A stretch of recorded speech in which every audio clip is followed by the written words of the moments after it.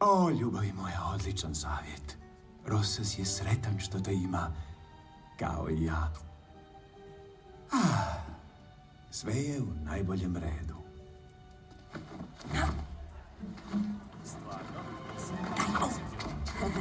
Prestani se vrpoljiti, molim te. Privlačiš pozornost. Bokić, bar dan. Znate, samo ću malo. Što je u torbi?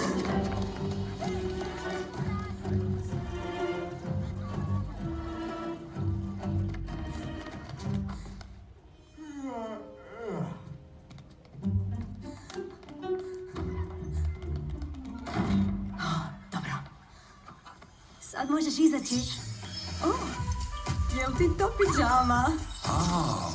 Hvala, polaskan sam. Dobro, fokus. Moram razgovarati s Dalijom. Trebamo se uvući u kraljevu radnu sobu. Ali potpuno nevidljivo. Da, već sam korak ispred. Zvijezda će uzburiti ljudstvo. Kao i koza koja govori. Molim? Zato vi oboje ostajete ovdje. S kokoškama! Jesi vidjela što je da je upravo izašlo iz kuće? Vraćam se za tren. Budite tiho. Ma daj, čak i ti moraš priznati, Gabo. To svjetlo sinoć je bilo fantastično. To je vjerojatno bio urok. Keksići! Ne, ovi su samo za kralja. Vjeverica mi je upravo rekla dobro jutro. Ne znam što reći na to. Ne znam ni ja.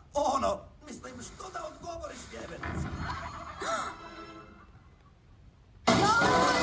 Tako sam nespretna danas. Ko ih sruši, taj ih pere. Bilo je slučajno. Kako to uvijek uspiješ? Hej, kako ste ti i tvoj siroti Saba jutros? Držimo se. I pitamo se, kako se iz kuhinje šalje jelo kralju? Poslužitelji mu donose obroke u blagovaonicu. A što kad kralj jede u radnoj sobi? Što? Tko ih onda nosi? Pa u radnu sobu se ne smije. Detalji su poznati samo izabranima. Uključujući tebe? Bez komentara. Ko je to unutra? Ja ništa ne čujem. Dalija, ako znaš tajni ulaz u radnu sobu, moraš mi reći. Zašto? Što se to događa s tobom? Čekaj. Kamo ideš? Pa moram skupiti jaja. Ne, mislim, ja ću. Skupit ću ih za tebe. Ma ne treba, Aša. Ali tvoja alergija, sve to kihanje, to ne može biti zdravo. Pokušavaš li ti to meni oduzeti moje koke? Znaš da Safi voli svoje koke. Volim. Jesi ti dobro, Aša? Sumnjiva si ti meni. Što to skrivaš? Ništa. Treba živjeti! I nikog. Što se tamo događa? Zašto si sva stojna? Sve nam možeš reći. Miči se ili rušimo vrata. Ne. Dobro. Sinoć, nakon svega onog, povjerila sam želju. Zvijezdi. Jel ti imaš 5 godina? I zvijezda je odgovorila.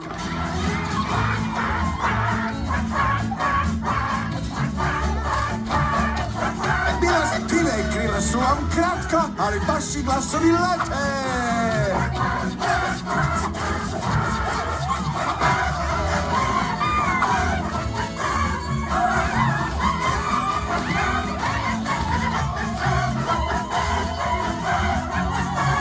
A sad milostive, veliko finale!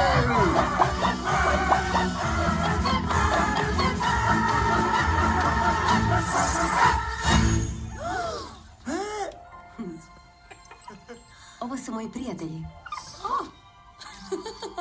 Ovo je objektivno nemoguće.